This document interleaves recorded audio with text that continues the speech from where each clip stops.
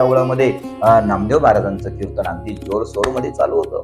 खूप सुंदर वातावरण. ज्ञानोबारायांनी टाळ घेतलेला होता, चोखोबा महाराजांनी टाळ घेतलेला होता. सुंदर मृदंग वाजवत होते, 50 टाळकरी उभे होते, सुंदर गायन चालू होतं. श्रोतू वर्ग, असे सुंदर श्रोतू वर्ग, सर्व ब्रह्मवेत्ते बसलेले होते, सर्व संत मांदियाळी बसलेली होती. आणि नामदेव महाराजांचं भजन कीर्तन असं रंगात आलं आणि गोरोबा काका तिथे जाऊन बसला. झालं, रंगात भजन आलं, कीर्तन आलं. आणि कीर्तनामध्ये नामदेव महाराजांनी सर्वांना सांगितलं की आता तुम्ही काय करा, आपल्याला पांडुरंगाचं भजन करायचंय, तुम्ही सर्वांनी हात वर करा म्हणे. हात वर केले, सर्वांनी हात वर केले.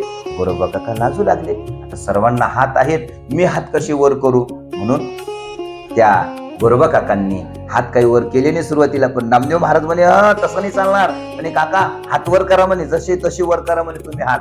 काकांनी ते छोटे हात वर केले आणि छोटे हात एकावर एक असे आदळू लागले. याला पंजेच नाही, फक्त ढोपरापासून राहिलेले हात अशी एकावर एक आदळू लागले. महाराज लागला, छोटा गोरा भजन करी, हात फुटले वरच्यावरी, वरच्यावर विठ्ठला विठ्ठला विठ्ठला विठ्ठला हे भजन करता करता करता हात आले. महाराज तुम्ही लक्षात घ्या, गोरोबा काकांचे नसलेले हात भजनामध्ये आले.